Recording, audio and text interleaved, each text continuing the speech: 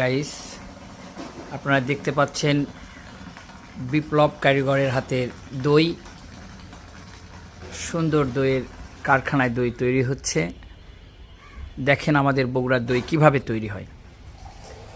Totally মানসম্মত দই যেটা হচ্ছে, এই দই বাংলাদেশের সব জায়গায় কানায় কানায় পৌঁছে যায়। আমাদের বগুড়ার দই, বিপ্লব মহন্তর দই নিজেই কারিগর।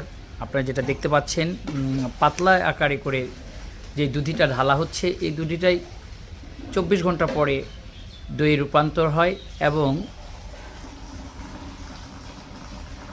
ওটাই সাদা যেটা দেখতে পাচ্ছেন সেটা ক্রিম, ওটাই একসময় দইয়ের যেটা আমরা মাথা বলি।